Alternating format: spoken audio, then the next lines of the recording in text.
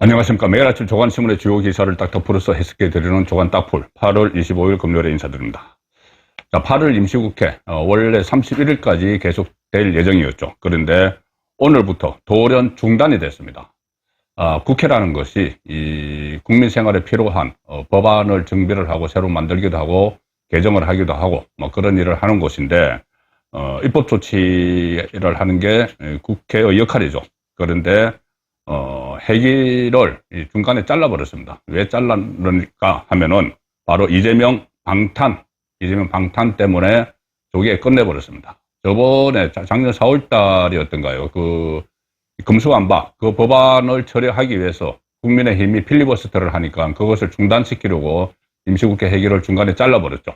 자, 그것처럼 이번에는 이재명 방탄을 위해서 또 국회 회기를 잘라먹었습니다.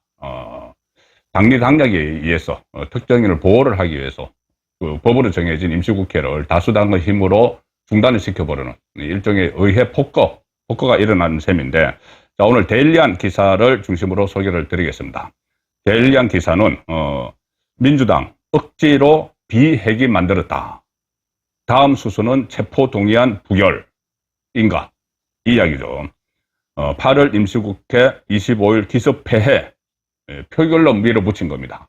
표결에 붙여서 뭐 국회 그 일정 변경의 건 뭐 이래서 이 임시국회 일정을 일주일 정도 잘라버렸는데, 자, 이것은 왜 그러냐 하면은 이재명 민주당 대표가 계속 본인을 이 비핵이 만들어서 8월에 임시국회, 그러니까 회기가 열리고 있으면은 체포동의안을 처리를 해야 되는데, 이 비핵기 때는 체포동의안이 없이 바로 영장법원으로 가죠. 그러니 이 9월에 정기국회 들어가면은 회기를 중단을 할 수가 없으니까 8월에 우리가 중단할 테니까, 민주당이 중단할 테니까는 그때 영장을 청구하라, 이렇게 일종의 불체포 특권 포기 쇼를 벌였죠. 자, 그런데 그 실상은 뭐 여러 가지 정치적인 노림수가 있다고 제가 몇 차례 말씀드렸으니까 어쨌든 이 비핵이 만들어서 체포동의안 뒤에 숨지 않을 테니까 8월에 영장 청구하라, 이 연장선상에서 먼저 선제적으로 국회를 중단시켜버린 겁니다. 그러면은 만약에 오늘부터 31일 사이에 검찰이 구속영장을 청구를 하게 되면은 이재명은 체포동의안 없이 바로 영장법원으로 가죠. 자, 그러면 이재명은 체포동의안은 피하게 됩니다. 지금 이재명에게 체포동의안은 부결이 되든 가결이 되든 엄청난 타격이 되기 때문에, 이 가결되면은 정치적으로 탄핵을 받는 거나 마찬가지고, 부결되면은 1차 때 부결시킨 데 이어서 또다시 엄청난 역풍이 불겠죠. 총선 앞두고. 그래서 체포동의안을 피하는 것인데, 또 하나의 목적이 있습니다. 이재명도 압니다. 이것이 8월에는 체포동의안이 그러니까 구속영장 청구가 어렵다는 걸 압니다. 왜 그러냐면은 백현동 대북송금을 같이 묶어서 병합해서 청구를 하려고 하는데, 백현동은 수사가 끝났고 이 대북송금은 지금 계속 이하영 재판을 방해를 하고 있죠. 그렇기 때문에 9월로 검찰 영장이 넘어갈 수밖에 없는데, 그걸 다 알면서도 8월에 빨리 나를 이 구속영장을 청구하라고 하는 것은 9월에 가서 실제로 이 구속영장이 청구가 되고 체포동의안이 들어오면은, 아니 내가 8월에 하라고 할 때는 그렇게 안 하더니 검찰이 이 정치를 한다, 검찰이 장난을 친다, 나를 엮기 위해서. 자, 그런 식으로 이야기하면서 그 영장, 9월에 들어오는 영장을 부당한 영장이라고 간주를 하겠죠. 그때 민주당이 의원총회를 하면서 결의를 했는데, 정당한 영장 청구에는 불체포 특권을 포기한다, 이렇게 했습니다. 그러면 부당한 영장 청구, 이재명에게 영장 청구한 건 부당하다, 이래서 부결을 시키려고 하는 겁니다. 부결을 시키려는 그 명분을 지금 쌓고 있는 것이죠. 심지어 그래도 불안하니까는 민영배 같은 경우는 아예 보이콧하자, 체포동의안 투표를 보이콧하자, 이런 말까지 나오는데, 그게 이재명의 진심입니다. 지금 8월에 영장 쳐라, 이게 진심이 아니고, 뭐 그렇지만 검찰의 영장 청구가 뒤로 미뤄지는 거는 이재명 진영의 사법방해 때문이죠. 사법방해 때문인데, 이 재판 지연을 위해서 이하영의 재판을 지연을 시켜야지 되는 상황이었습니다. 이하영이 검찰 진술에서 대북송금한 것을 이재명에게 보고를 했고, 이재명도 다 알고 있다 했기 때문에 법원에서 그걸 다시 진술을 하면은 이 검찰이 그것을 중심으로 해서 구속영장을 칠 것이기 때문에 이재명은 계속 이하영 재판을 파행을 시키는 그런 작전을 썼죠. 자, 그런데 오늘 한국일보가 단독으로 보도한 기사가 하나 있습니다. 이 사법방해도 검찰이 본격적으로 수사에 들어가는데, 자, 한국일보 단독 기사입니다. 검찰 천준호, 자, 천준호 소환 방침, 대북 송금 사법방해 의혹 본격 수사. 자, 이 사법방해 의혹도 본격적으로 수사에 들어갔습니다. 중간 제목은 이렇습니다. 대북 송금 이재명에 보고했다는 이하성의 진술, 이화영의 진술 번복 후에 변호사가 갑자기 해임을 하겠다고 그 이화영의 부인이 그렇게 이야기를 하고 법원에서 소동을 피웠죠. 그 다음에 또 갑자기 그 변호사 한 사람이 또 사임을 합니다. 두 번째 그 파행이 된 재판에서 김형태 민변 변호사가 사임을 하죠.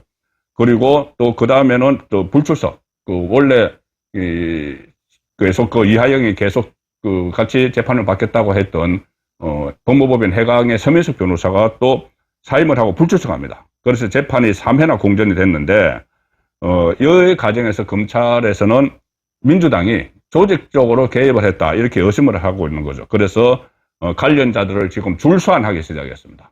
이 사법방해입니다. 이것은 이재명이 본인의 사법 리스크를 희석시키기 위해서, 최소화하기 위해서 재판을 방해를 하고 여러 가지 해유를 하고 압박을 하고 이하영의 그 부인까지 통화를 해서 이재명의 핵심 특검 박찬대가 그런 부분에 대해서 지금 검찰이 본격적으로 수사에 들어갔다는 것이고, 그렇게 되면 꼭대기에는 이재명 대표가 있겠죠. 이재명을 위한 행동들이었으니까. 자, 천준호 대북 송금 그 관련해서 천준호 그 사법방해 관련해서 소환할 방침이다. 이것이 한국일보가 단독으로 보도를 하고 다른 언론도 지금 받아 쓰고 있습니다. 천준호는 누구냐? 이재명의 대표 비서실장입니다. 이재명 대신 이런저런 이야기를 이 최고위원들에게 할 수 있는 사람이죠. 그래서 검찰이 지금 보는 것은 이재명이 비서실장인 천준호에게 지시를 해서 천준호가 박찬대에게 연락을 해서 저 용인 가서 지금 이하영이 자백하기 시작을 했으니까 이하영을 한번 입을 막을 수 있는 방법을 생각을 해봐라. 박찬대에게 그렇게 했고, 박찬대가 이하영 대신 용인갑 지구당을 관리를 하고 있는 이우일 씨를 가서 만났고, 그 만난 자리에서 이하영의 부인과 통화를 했다.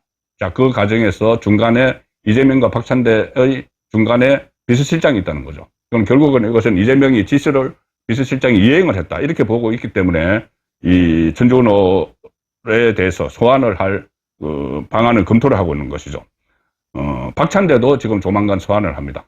박찬대도 검찰이 소환을 해서 조사를 하게 되고, 그 다음에 박찬대와 만났던 이화영 측근 이우일 용인갑 위원장 직무대행은 이미 소환을 했고 압수수색을 다 한 상황이죠. 자, 이렇게 되니 이재명은 본인의 기존의 사법 리스크들 외에 사법방해죄까지 지금 우리나라에서 뭐 정식으로 사법방해죄는 없지만은 일종의 증거인멸 교사, 해유, 압박 이런 것이 범죄가 되는 것이죠. 자, 그 혐의까지 지금 받게 된 상황인데, 이 상태에서 일본이 후쿠시마 오염수, 어제부터 방류를 하기 시작을 했습니다. 여기에 대해서 정치인들이 방류하기 전에는 이런저런 그 다툼이 있었어도 방류를 하기 시작을 했으면 일본이 제대로 그 처리를 하는지 그런 것에 집중을 해서 의견을 모아 나가야 될 텐데, 지금 이재명은 조금 전에 말씀드린 여러 가지 그런 사법적 위기 때문에 그럴 경향이 없습니다. 그래서 일본의 후쿠시마 오염수 방류도 정쟁거리를 삼아서 계속 윤석열 정부를 비난을 하고 있죠. 심지어 뭐 제2의 태평양 전쟁이라는 이런 얼토당토 않는 용어까지 써가면서 민주당을 총동원령을 내려서 장애 집회도 하고 내일도 집회를 합니다. 자, 그런 상황인데 그러니까 이재명은 본인의 위기를 희석하기 위해서 후쿠시마 오염수 괴담을 선동하는데 다시 앞장을 서고 있습니다. 무시무시한 네이밍, 제2의 태평양 전쟁 이런 이야기까지 하는데, 이 논쟁에 갑자기 문재인이 뛰어들었습니다. 평산 책방을 운영하고 있는 문재인 전 대통령이 이 논쟁에 뛰어들었는데, 이 뛰어든 것이 참 어떻게 보면은 전직 대통령으로서의 처신이 참 의심이 되는, 문재인은 그 전에도 재임 시에도 굵직굵직한 당시 국정 현안에는 잘 말도 안 했습니다. 뭐 조국 사태나 윤미향 파동 이런 데 대해서 잘 말도 안 하고 본인과 관련된 이야기, 가령 예를 들어서 퇴임 후에 살 집을 양산에 짓는데 그게 농지법 위반이다. 이런 보도가 나오면은 발끈해서 반응을 내놨죠. 자, 그 상황에서 퇴임하고 나서는 윤석열 정부에 대해서 간간히 계속 비판하는 메시지를 던지면서 자기의 존재감을 지금 가시를 하고 있는데, 오늘도 양산 마을에 문재인 정부 때 청와대 참모 중에서 국회의원을 하고 있는 사람들과 만납니다. 뭔가 또 작당을 모의를 할지 모르겠는데, 자, 일단 이 후쿠시마 논쟁에 문재인이 뛰어든 과정이 참 전직 대통령이 맞나 이렇게 싶을 정도로 좀 유치합니다. 자, 어떻게 됐냐면은 일단 동아일보 기사를 보여드리겠습니다. 동아일보 기사 보시면 문 1. 오염수 방류 반대 대 하태경 본인 정책과 다른 말씀 설전. 자, 이게 무슨 이야기냐 하면은, 자, 이렇게 흐르면 됩니다. 처음에 두 사람이 문재인과 하태경, 그러니까 문재인이 하태경을 상대로 막 싸우는 겁니다. 문재인이 그 두 사람이 SNS를 통해서 설전을 벌였는데, 문재인이 먼저 페이스북에 이런 글을 올립니다. 바둑대회, 세계 바둑 선수권대회 제9회 응시배에서 신진서 구단이 우승을 했죠. 거기에 갑자기 문재인이 축하글을 보냅니다. 그 신진서 축하한다고, 바둑대회에서 우승했다고. 이렇게 되니까 민주당 지지자들이 난리가 났습니다. 문재인에 대해서, 특히 친명 쪽이겠죠. 난리가 났습니다. 어떤 글들을 막 올렸냐 하면은, 아니, 지금 오염수 방류를 시작한 날인데, 지금 이재명은 여기 죽기 살기로 매달리고 있는데, 양산에 있는 문재인은 한가하게 세계선수권 대회 바둑 우승했다고 거기에 축하글을 보내느냐, 너무 한가한 거 아니냐, 이런 비판글을 민주당 지지층, 그중에서 이재명 쪽에서 막 올렸죠. 이렇게 하니까 하태경이 나섰습니다. 하태경 의원이 페이스북에 뭐라고 썼냐면은, 그래, 문재인도 일본이 처리한 오염수를 방류를 해도 한국 바다에 영향을 안 미치는 걸 잘 알고 계시기 때문에 후쿠시마에 신경을 안 쓰는 것이다. 이렇게 일종의 비꼬는 글을 올린 거죠.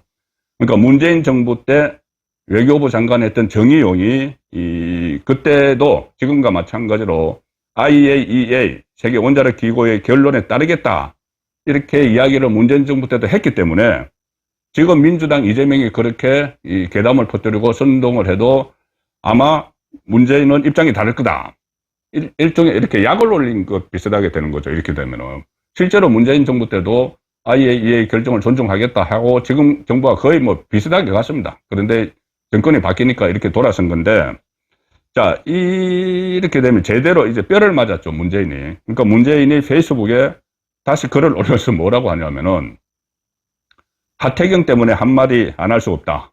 자, 하태경 때문에. 그러면서 일본의 방류에 나는 반대한다. 윤석열 정부 대응이 아주 잘못됐다고 생각한다. 자, 이렇게 이야기를 했지만 이미 본인은 후쿠시마 오염수 방류 문제에 대해서 별 할 말이 없는 문재인은, 이재명은 지금 사법 리스크 벗어나기 위해서, 아니면 윤석열 정부가 각을 세우기 위해서 그렇지만, 문재인도 문재인 정부 때 후쿠시마 오염수에 대해서는 처리만 잘하면은 괜찮다는 그런 보고서도 내고 했기 때문에 좀 결이 다른 입장인데, 이것을 하태경과의 설전이 나오는 바람에 어쩔 수 없이 다시 한 발을 담궜지만, 이 일은 이재명이 이렇게 괴담을 퍼뜨리고 선동을 하는 것이, 그게 민주당 전체의 기류, 그러니까 억지로 따라가는 사람들이 있지만은 정말 속으로 그렇게 생각하는 사람들은 민주당 안에서도 그렇게 많지 않다. 이것을 또 방증하는 일도 되겠습니다. 지금 이 윤석열 정부 들어서 뒤늦게나마 언론을 바로 평평하게 펴는 그런 작업을 하고 있죠. 지금 KBS 이사, 또 박문진, MBC 박문진, 방송통신위원회, 방송통신심의위원회 전부 다 대대적인 교체 작업을 동시다발, 그러니까 정상화 작업이죠. 공영방송 정상화 작업을 동시다발로 추진하고 있는데, 자, 좌편향되어 있는 KBS, 최근에 시청료 분립 징수 때문에 KBS는 위기를 겪고 있죠. 자, 그런데 KBS의 충격적인 실태가 오늘 공개가 됐습니다. KBS. 자, 중앙일보 오늘 새벽에 인터넷판에 실은 기사입니다.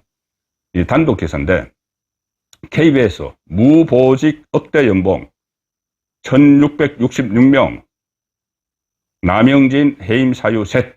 남영진은 전 KBS 이사장입니다.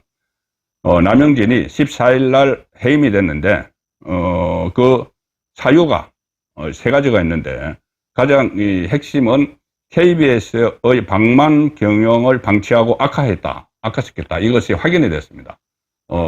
국민의힘 의원이 KBS와 방송통신위원회에 자료 제출을 요구를 해서 그 자료가 나왔는데, 그 자료를 보면은, 지금 KBS가 2020년부터 3년간 누적 적자가 300억 원인데, 전혀 자구책을 마련하지 않고, 자구책을 마련하기는커녕 시청료를 걷어가지고 그걸 돈잔치를 내부에서 벌였습니다. 방만 경영의 그 사례가 세 가지가 있는데, 두 번째 사례는 이사회를 정파적으로 운영했다. 세 번째는 업무 추진비 불법 사용했다는데, 자, 첫 번째 방만 경영 사례가 이겁니다. 보직이 없는, 근무를 하는데 보직이 없는 억대 연봉자가 KBS 안에 1666명이 있었다. KBS 전체 임직원이 4145명인데, 그 중에 1억 원 이상 연봉을 받는 사람은 무려 56%, 절반이 넘는 2322명인데, 그 2322명 중에서 1666명이 보직이 없이 일하고 있다. 출근을 하는데 별다른 보직이 없는 거죠. 억대 연봉 되면은 어떤 정말 그 데스크를 하든지 부장을 하든지 이렇게 해야 되는데, 그런 보직이 없습니다. 이 사람들이 근무하는 데가 심의실 같은 데는 신문도 그렇죠, 방송도 그렇고, 심의실은 별로 크게 하는 일은 없습니다, 현실적으로. 그런데 심의실에 무려 43명이나 있는데, 그 중에서 39명이 보직이 없다. 90%가. 또 이 시청자본부라고 있는데, 거기는 KBS 견학하고 하면 그 학생들을 이렇게 안내하고 하는 그 부서인데, 거기에도 23명이나 근무를 하는데 16명은 무보직이다. 70%. 자, 이러니 이 KBS가 MBC도 아마 실태를 조사하면 비슷할 겁니다. 이 방만 경영을 하고 자구책을 하나도 마련하지 않으면서 시청료 그냥 받아가지고 자기들끼리 돈잔치하고, 그리고 방송이나 제대로 하면 모르는데 그렇지도 않고 이 편파 방송하고, 그렇기 때문에 이 방송 개혁의 필요성이 대두가 되고 있는 것이죠. 자, 8월 25일 보내드리는 조간딱풀은 여기서 마치고, 제가 공지사항을 하나 말씀드리겠습니다. 자, 오늘부터 제가 3박 4일 동안 여름 휴가를 갑니다. 제가 2019년 3월에 이 성국군의 혼술 유튜브 방송을 시작을 했는데, 그동안 한 번도 휴가를 하지 않았기 때문에, 자, 이번에는 재충전을 위해서 3박 4일 동안 휴가를 다녀오겠습니다. 그래서 매주 토요일 보내드리고 있는 서종욱의 법대로, 이것은 어제 제가 긴급 편성을 해서 보내드렸고, 일요일에 보내드리는 정가 뒷담화, 그리고 월요일 아침의 조간딱풀은 쉬게 됐습니다. 재충전 완전히 하고 29일 화요일 조간딱풀로 다시 찾아뵙겠습니다. 감사합니다.